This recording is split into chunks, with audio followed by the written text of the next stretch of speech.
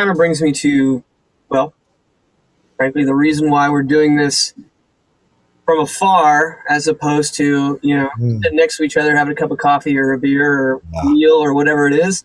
Um, how are you now? I mean, this is an unprecedented, bizarre scenario for not just the Bay Area, not just the music community, but the entire planet.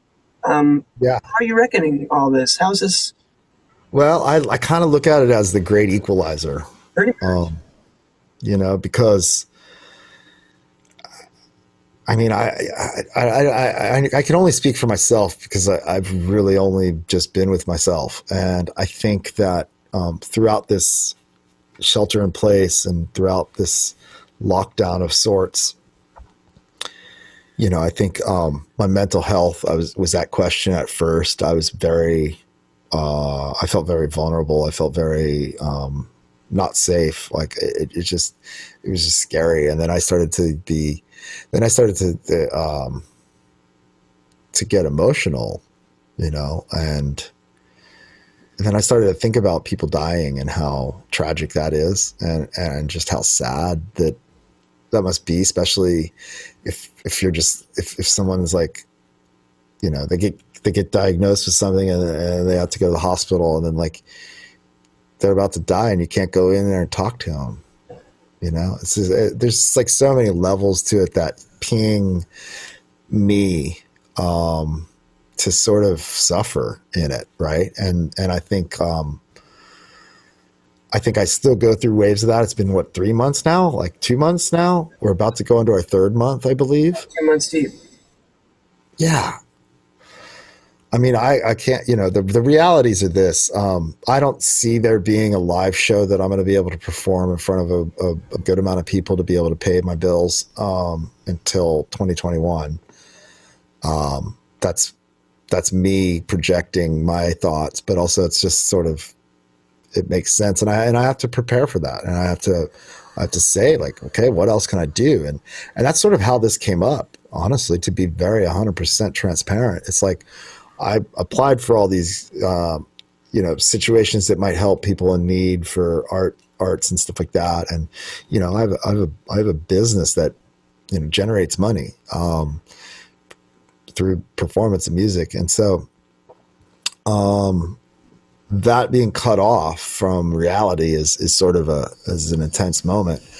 But I'm also learning that, like, through it,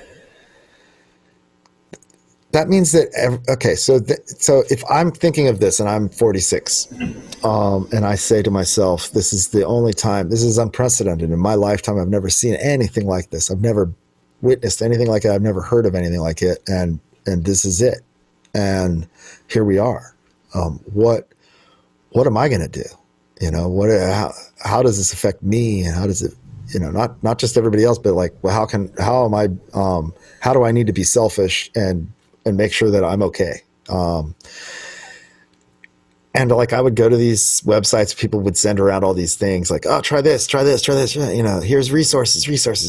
We want to make sure we love our artists. And they were all dried up. All the funds are gone. And that's just reality because, I mean, here we are. We're in a global pandemic. So, I mean, it's kind of facetious for me to even think that there's anything for me other than just like, cool, I'm just going to have to play music again every day and make that my mantra. And that's what it is. And, but also what kind of struck me as I would show up at the studio every day and just be like, maybe there's going to be some better news today. It's like the best news that I was getting was from me and our fans just being like, thank you for jumping online and going live, even if I was super uncomfortable and like, I might be able to play in front of 10,000 people and do that, but playing by myself in my studio, knowing that there's a bunch of people watching me on the internet, maybe, and maybe there's no one. It didn't matter. I was still scared. I was more scared than I was. Now this So many weird moments. started territory. It is, and it's new. It's new technology. It's new. There's just everything is new, and so I've basically found inspiration in that. I found I found like, oh, cool. I want to figure out how to hook up my nice camera and have a good lens and have a good microphone that sounds really good, that I can, get really in there.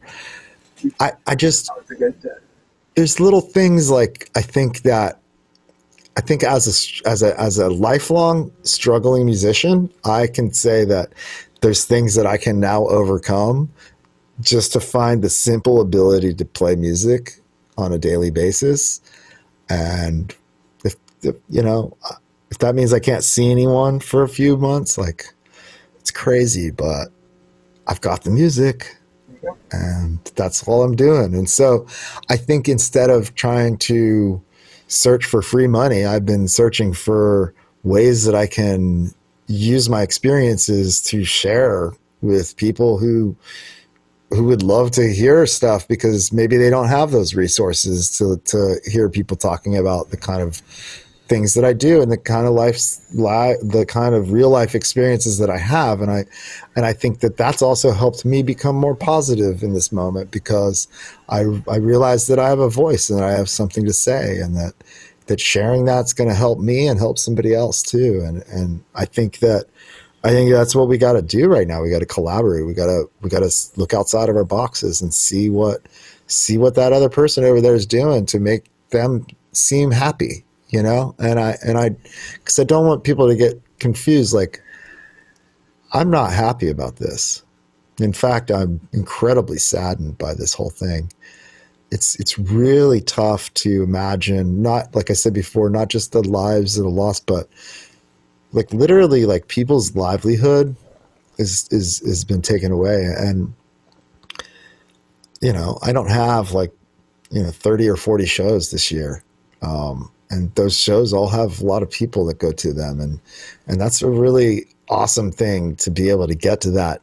So imagine trying to complain about not being able to do that. It's a little bit weird, right? It doesn't feel right. It's like, you feel like, Yeah, but valid. These are concerns that we all have here and there. No, I know. And so yes, it's valid. But here's what I came up with in that. And that is like, well, if I'm going to be complaining about it, or if I'm going to be like discussing it, I should actually discuss that with people who can understand the point of view that I'm coming from, which to me is like artists and like kind of musicians and people who their job in this world is actually like expressing themselves to humans right here, not on camera, but in the room. That's not happening. And I've never heard of that before. I've literally, the only solid thing in my life has been the fact that I knew that I could get up and do a show. And it didn't matter how broke I am. I could just get up and do it. If I needed money for something, I could go to the corner and play whatever I could. And whatever I could find, I could make music out of. And that would help me get fed if that's what I needed. And that's how you do it. And that's how it's supposed to be. I think that's the traditions of music too. It's like, you think about the eras in which like something really amazing happened with music, and all of a sudden it's this thing. We're right. This is happening. This is what's happening right now.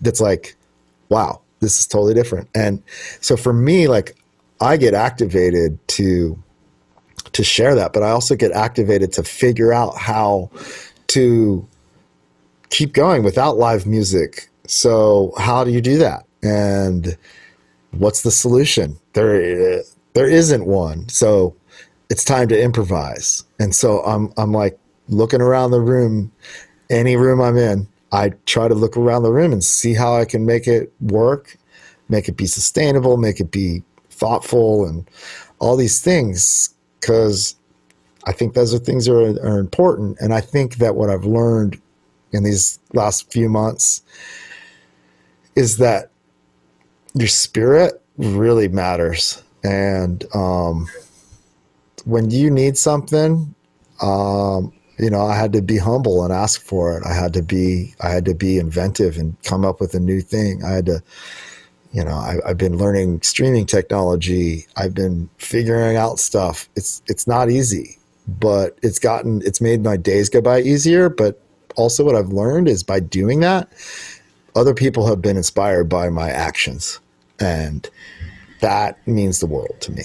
When I go on Facebook and I fumble around and mess up on the mic and I just like play a dumb drum fill and just like admit it. That reality is exactly what people love. And I think it's the imperfections in all of us that actually make us shine, and make us unique and special. And so it's like, yeah, right now, all I want to do is inspire people to play music or learn an instrument that they haven't learned, or, go into a rabbit hole that's really What they do. useful. And figure out how to do stuff that you don't know how to do. And that if you continue to innovate as a musician, you will never stop.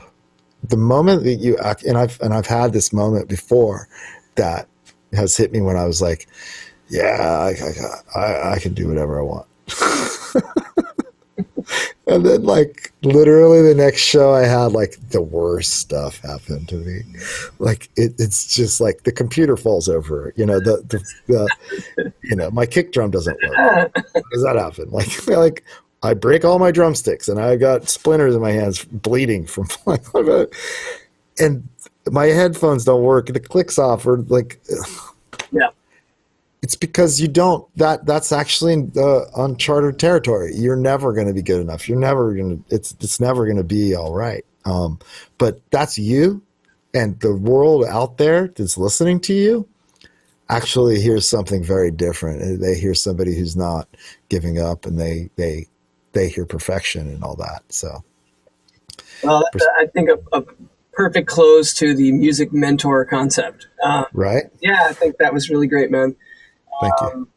Once again, Tommy, I really, really appreciate you doing this and being here with Blue Bear School of Music.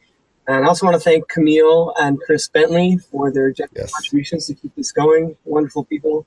We're going to continue to do more of these. We're going to highlight some other artists, some other people in the music industry, some other people in the education industry, some of our teachers, and really just kind of delve into this beautiful thing called music.